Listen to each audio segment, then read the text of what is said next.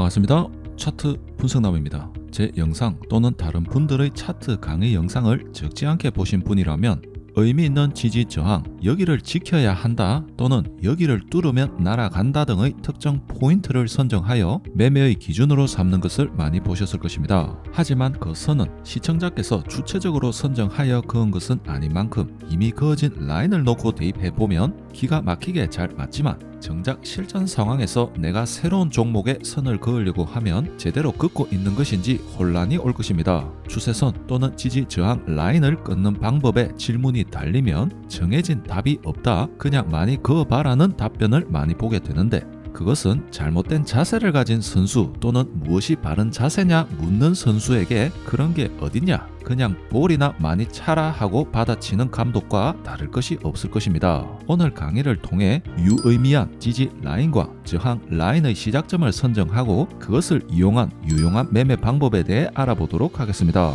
포스코 엠텍 차트 보시겠으며 240일 지수 이평 하나만을 나타냈습니다. 2008년 최저점을 찍고 2012년 최고점, 다시 무려 83%의 하락을 보이는 급등락 흐름을 나타냈는데, 많은 분들이 고질적으로 이 같은 고점의 끝물 대하락 진입 시점에서 시장에 신규 투입되어 계좌가 반토막이 나는 것이 비일비재한 만큼 이러한 자리의 매수를 피하는 시각의 내용부터 시작하겠습니다. 먼저 2012년도 이 자리를 보시면 이미 오랜 급등을 해온 와중 242평을 깼을 때 형성된 단기 저점을 일정 시간 지났음에도 저점이 유지된 후 다시 242평을 재돌파함을 알 수 있습니다. 이 흐름을 통해 불안한 감을 한숨 돌리고 기존 상승 추세 유지가 일정량 가능한 것입니다. 다음 13년 6월 보시면 다시 242평 하락 돌파, 242평 재상승 돌파를 시도하나 실패 후 다시 밀리는 직전의 저점을 못 지켜내고 전저점이 무너져 내림을 알 수 있습니다.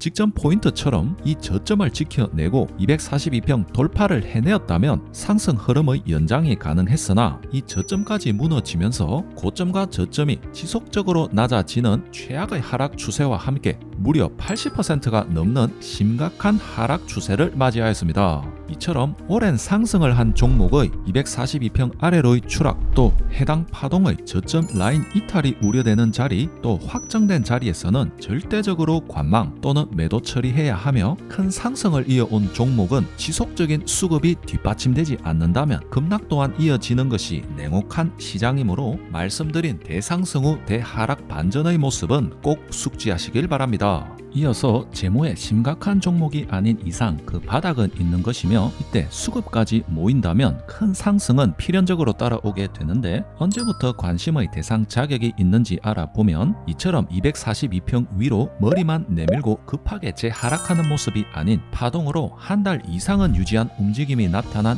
이후부터 분석의 가치가 있는 것인데, 이때의 고점은 의미 있는 저항 라인이 되는 것이며, 이 움직임이 나타났다는 것은 과거의 가까운 과거에 저점 또한 더 이상 낮아지지 않고 유지 또는 상승을 보였다는 의미를 동반하므로 지지 라인을 찾을 수 있는 것인데, 역시 이 두 저점 포인트가 동일 높이 선상에 있는 것을 발견, 지지 라인을 그어놓고 차트 흐름을 지속적으로 주시할 만한 관심 대상 종목이 되는 것입니다. 이 저항과 지지 라인 안에서는 박스권의 움직임을 보이므로 저점 부근에서는 일부 매수, 고점에서는 매도를 취할 수도 있지만, 이러한 박스권 매매는 그 기대 수익률이 낮으며 막연한 기다림이 수반되는 등 크게 추천되는 방법은 아니라 하겠습니다. 또 박스권 저점은 강력한 지지 라인이기는 하나, 이렇게 하락 돌파 후 재상승 시도, 재차 추락의 모습을 보이게 된다면 박스권으로 재진입 시 재관심을 가질지언정 즉각 손절을 하는 것이 맞는 점 추가로 말씀드리며,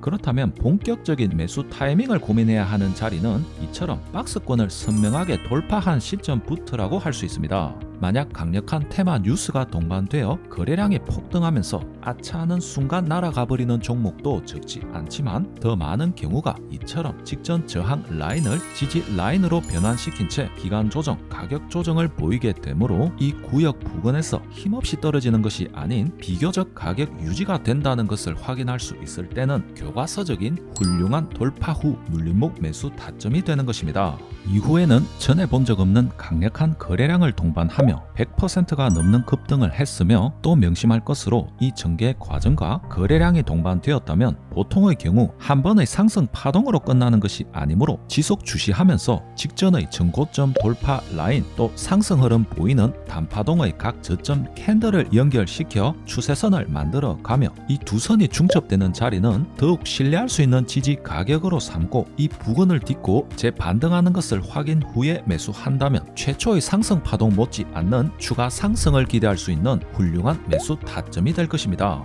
이렇게 전형적인 대하락과 대상승 사이클 과정을 알아보았으며 이후부터 한 차례의 사이클을 복습의 의미로 간단히 브리핑해 보겠습니다. 이렇게 서너 차례의 100%에 육박하는 상승 파동을 보인 후에 242평 아래로 다시 떨어지는데 두 번의 돌파 시도 후 머리를 한번 내미는데 제 강의에서 반복드리는 사항으로 돌파 그 자체가 중요한 것이 아닌 꼭 한 달 이상의 파동상 안착을 중요시하고 있는데 그에 미치지 못하고 하락하고 이후로도 동일한 모습이 반복되고 있습니다. 힘이 있는 종목, 즉 화려한 비상을 노리는 종목이라면 전 고점 저항 라인을 두드리며 상승 돌파를 시도할 것인데 이 종목은 242평 정도를 간신히 아래에서 두드리는 모양으로 마치 행정고시를 재수 삼수하는 것이 아닌 워드 시험을 재수 삼수 거듭하며 지속 탈락까지 하고 있는 상황으로 얼마나 힘에 부치는 상황인지 알 수 있는 것입니다. 이후 2020년까지 무려 70%의 하락을 보였으며 다시 반전을 보이는데 이 자리에서는 머리만 내민 것이 아닌 준수한 수준의 파동을 보여주고 있으므로 이 고점은 저항 라인으로 그을 수 있는 것이며 상승 파동의 시작점인 이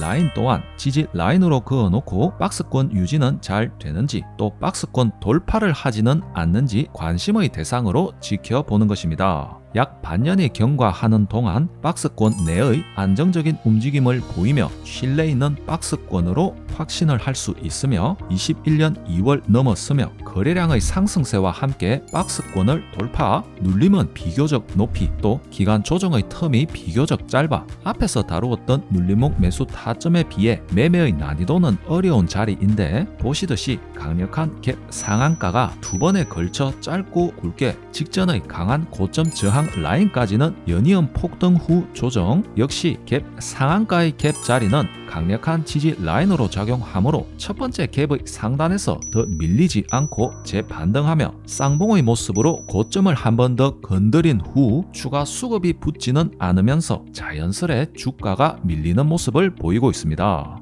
오늘 영상을 통해 충분한 하락 보인 종목을 언제부터 관심 가질 수 있으며 또 무엇을 기준점으로 하여 본격 매매의 타이밍을 잴 것인지 또 이와 연결시켜 가장 권장드리는 눌림목 매매 방법 더 중요하게는 충분한 대상승을 한 종목이 바닥 지지 후 재반등을 하는지 아니면 반토막 이상의 급락으로 가는 초입 자리인지를 구별하고 매매 포지션을 정하는 시각에 대해서 말씀드렸습니다. 영상이 도움되셨다면 차트 분석남 채널의 구독, 좋아요, 알람과 함께 댓글 한 말씀 남겨주시면 감사하겠습니다. 지금까지 차트 분석남이었습니다. 감사합니다.